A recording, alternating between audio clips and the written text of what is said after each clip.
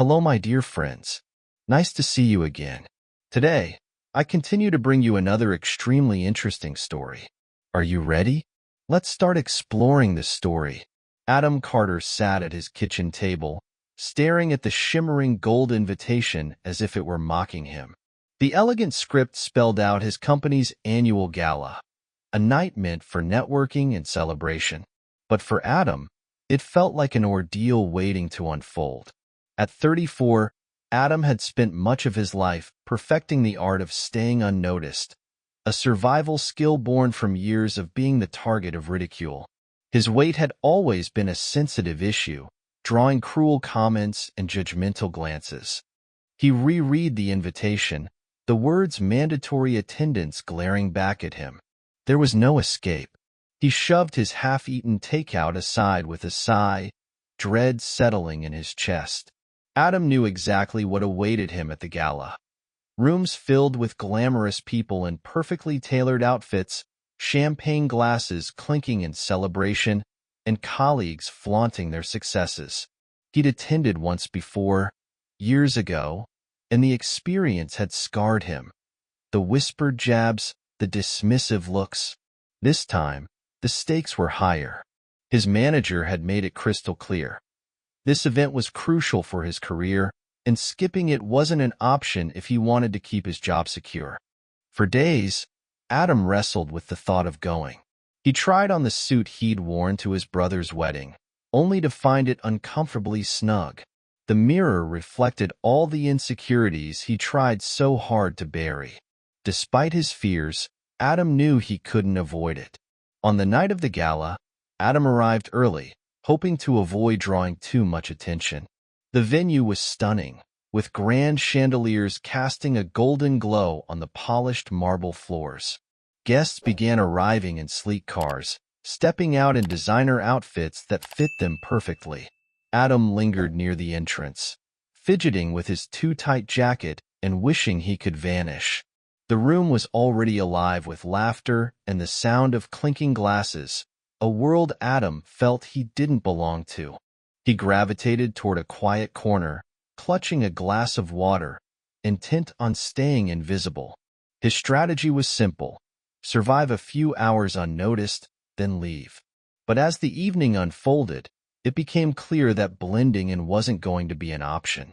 The first jab came when Daniel Marks, one of the company's rising stars, spotted Adam near the buffet table. Daniel was everything Adam wasn't: charming, fit, and effortlessly confident. The kind of person who lit up a room simply by entering.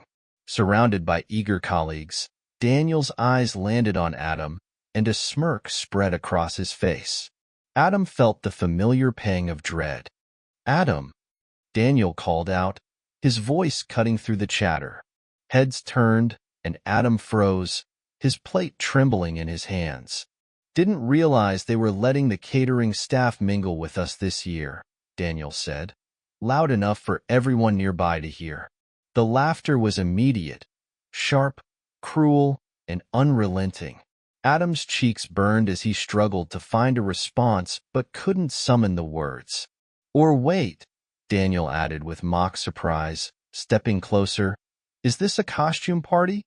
Because you've really nailed the suit that doesn't fit look." The group burst into another wave of laughter, their voices echoing in Adam's ears. He felt suffocated, trapped under their mocking stares. As Daniel raised his glass in a mock toast, Adam muttered an excuse.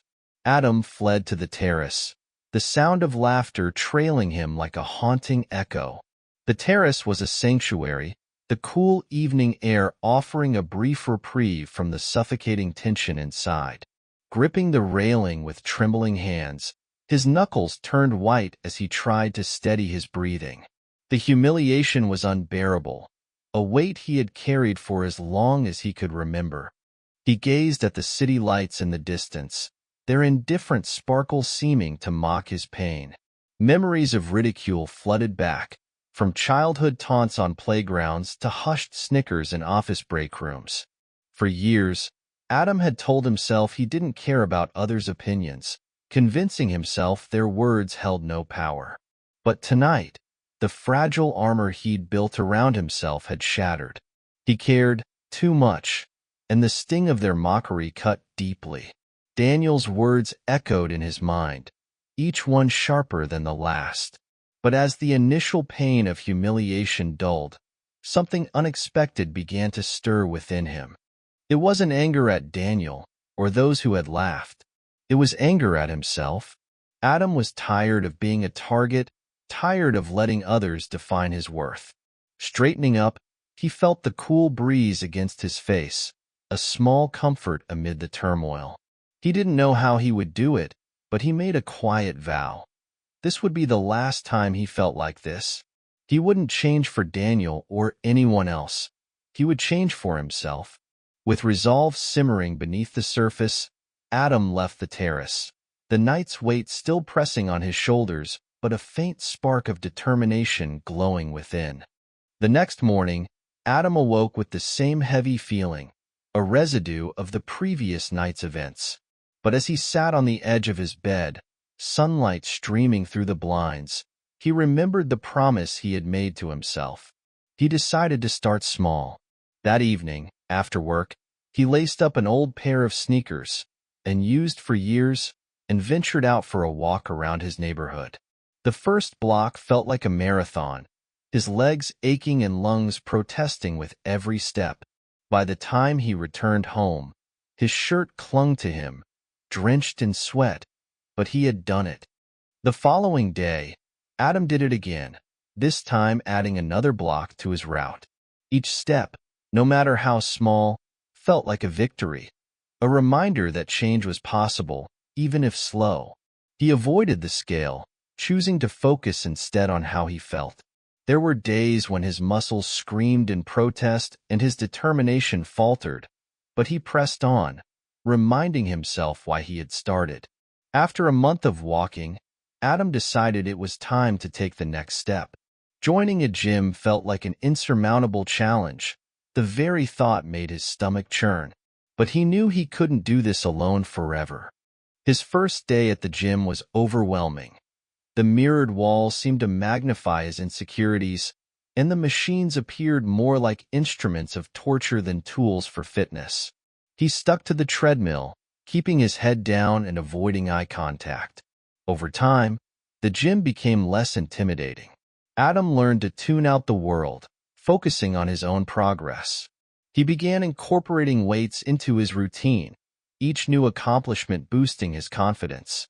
There were still moments of doubt, times when giving up felt easier than pushing forward. But every drop of sweat became a testament to his resilience, a physical reminder of how far he had come. Adam refused to let fear or self-doubt hold him back. On one of Adam's most challenging days at the gym, he met Jack, a fitness trainer with an easygoing smile and a talent for spotting people who needed a little extra support. Adam had been struggling to adjust a weight machine, his frustration mounting as sweat trickled down his face. "Need a hand?" Jack asked, his tone friendly without a hint of condescension. Adam hesitated, unsure if he could trust Jack's intentions, but something about his genuine smile put Adam at ease, and he nodded. Over the following weeks, Jack became an unexpected ally. He offered guidance on proper form, helped Adam create a balanced workout routine, and even shared tips on healthier eating habits. Unlike others, Jack never commented on Adam's weight or made him feel inadequate. "It's about progress, not perfection," Jack would say, a mantra that began to replace the critical voice in Adam's head. With Jack's support, Adam started pushing past his limits, discovering strength he never knew he had. Despite the growing confidence, the journey was anything but smooth. There were days when Adam felt like he was climbing a never-ending hill. Cravings for comfort food often crept in during stressful moments, and seeing coworkers indulge in greasy lunches didn't help. One particularly rough week, Adam gave in, ordering a late-night burger and fries. The guilt that followed was crushing, and he questioned whether he could truly change. The next morning, Jack noticed the slump in Adam's demeanor. "Rough night?" Jack asked casually. Adam confessed to his slip-up, bracing for disappointment. Instead, Jack shrugged and said, "So what? One bad meal doesn't erase all your progress. The important thing is not to let it become a habit. Now, let's get back to it." The words were simple but transformative. For the first time, Adam understood that progress wasn't about perfection. It was about persistence. As the months passed, Adam began to notice changes. His clothes fit more loosely, and the reflection in the mirror started to feel less like a stranger. He could jog longer distances without losing his breath, and his strength in the gym increased significantly. Each milestone, no matter how small, filled him with a quiet sense of accomplishment. But the most profound change wasn't physical. It was the confidence that began to take root. At work, Adam started speaking up more in meetings. His ideas, once stifled by self-doubt, were now met with nods of approval from his manager.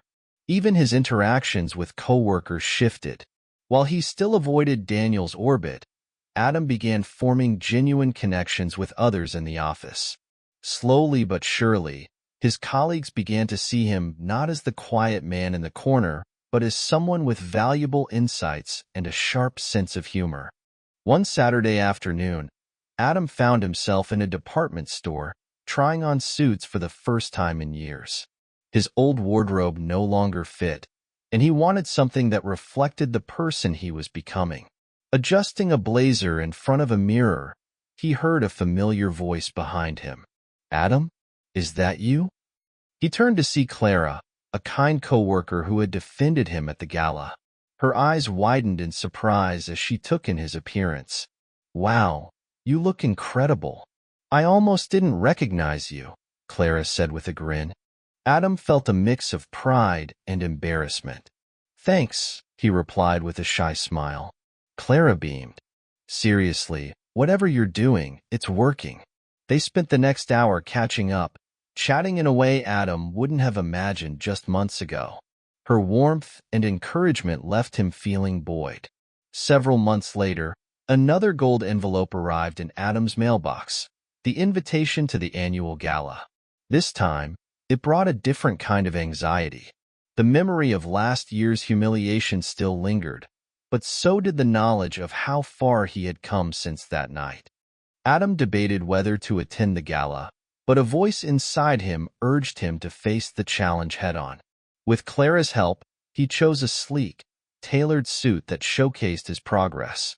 As he adjusted the blazer and looked at himself in the mirror, he barely recognized the man staring back. Gone were the tight jacket and nervous fidgeting, replaced by someone who exuded quiet confidence. For the first time in years, Adam felt ready, not as prey entering the lion's den, but as someone who belonged. The night of the gala arrived, and Adam stepped into the ballroom with his head held high. The room was just as extravagant as he remembered, but this time, he wasn't intimidated by its grandeur. Moving through the crowd with purpose, he exchanged polite greetings with colleagues, many of whom now looked at him with curiosity rather than disdain. The whispers began almost instantly. "Is that Adam?" someone murmured. "No way," another replied. The transformation was undeniable, and Adam could feel the weight of their stares. But instead of shrinking under the attention, he stood tall, letting their curiosity roll off him. He grabbed a glass of water and joined a group conversation, participating with ease instead of lingering on the edges. Before long, Daniel spotted him. The shock on Daniel's face was almost comical. "Adam?" Daniel said, his voice louder than necessary. "Wow, look at you. Who knew you had it in you?" Adam smiled, his confidence steady. "Good to see you, Daniel," he replied, his tone polite but firm. For the first time, Daniel's trademark smugness faltered. He tried a few jokes, but they landed awkwardly, the power dynamic shifting in Adam's favor. Adam didn't linger. He excused himself and joined another group, feeling a sense of triumph as he walked away. Daniel no longer had the ability to diminish him. As the evening unfolded, Adam mingled effortlessly with colleagues who, just a year ago, barely acknowledged his presence. Their reactions ranged from genuine admiration to thinly veiled curiosity. But the moment that truly solidified his transformation came when his name was unexpectedly called from the stage. "Ladies and gentlemen," the host announced, "we'd like to recognize one of our colleagues for his exceptional contributions this year. Please welcome Adam Carter to the stage." Applause erupted as Adam made his way forward. His heart raced, but his steps were steady. He hadn't anticipated this moment, but as he took the microphone, he realized the significance of it. Standing under the bright lights, Adam looked out at the audience. The same faces that once sneered at him were now watching with rapt attention. "A year ago," he began, his voice strong, "I stood in this very room, feeling like I didn't belong. Tonight, I stand here as proof that change is possible, not just physically, but mentally and emotionally. Progress isn't about perfection. It's about taking one step at a time, even when the path feels impossible." His words hung in the air, and for the first time, Adam felt truly seen. The applause was thunderous. Colleagues who had once ignored him clapped enthusiastically. Even Daniel stood, albeit reluctantly. Adam stepped off the stage, his chest swelling with pride. From across the room, Clara caught his eye, giving him a bright smile and an encouraging nod. Adam smiled back, feeling a profound sense of accomplishment. Clara's smile was wide and genuine as Adam rejoined the crowd. People approached him, offering congratulations and sharing how his speech had moved them. One junior employee admitted, "I've been struggling to feel like I belong here. Hearing you tonight, it gives me hope." Adam nodded, a warm realization dawning on him. His journey wasn't just about himself anymore. It was about showing others that change was possible, that hope was within reach. Later in the evening, Adam found himself face to face with Daniel once again. This time, Daniel's usual bravado was replaced with an awkward hesitance. "Hey, Adam," Daniel began, swirling his drink nervously. "I just wanted to say, I didn't mean to be such a jerk last year." Adam studied him for a moment before nodding. "Thanks, Daniel," he replied simply. He didn't need an apology to move forward, but the acknowledgement felt like closure. For the first time, Daniel looked genuinely uncomfortable in Adam's presence, no longer the dominant figure in the room. As Daniel retreated, Adam felt a quiet sense of satisfaction. He hadn't needed to put Daniel in his place. His success had done that for him. As the gala wound down, Adam stepped outside to the same terrace where he had fled a year earlier. The city lights sparkled below, and the cool night air wrapped around him. It was a stark contrast to the warmth he felt inside. He thought back to the promises he had made to himself that night, and how far he had come since then. It wasn't just about the weight he had lost or the strength he had gained. It was about the confidence he had discovered, the respect he had earned, and the person he had become. For so long, Adam had let others define his worth. Now, he knew his value came from within. In the weeks following the gala, Adam and Clara grew closer. Their shared lunch breaks became a daily routine filled with easy conversation and laughter. Clara's support had been a quiet constant throughout Adam's journey, and he found himself looking forward to their time together. One afternoon, over coffee, Clara admitted, "I've always believed in you, Adam, even when you didn't believe in yourself." Her words struck a deep chord, and for the first time, Adam wondered if their friendship could become something more. Adam's life seemed to have found its rhythm, a balance of personal growth, meaningful relationships, and the fulfillment of helping others find their way. Just as Adam's life began to stabilize, a new challenge emerged. His company announced a major restructuring, leaving many employees uncertain about their roles. Now a team leader, Adam felt the weight of responsibility as his team looked to him for guidance and reassurance. Instead of succumbing to the pressure, Adam stepped up.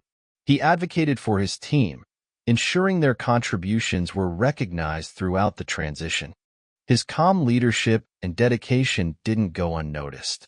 When the restructuring was complete, Adam was offered a senior leadership role, a testament to his resilience and commitment. Among those he mentored, Kyle remained close to his heart.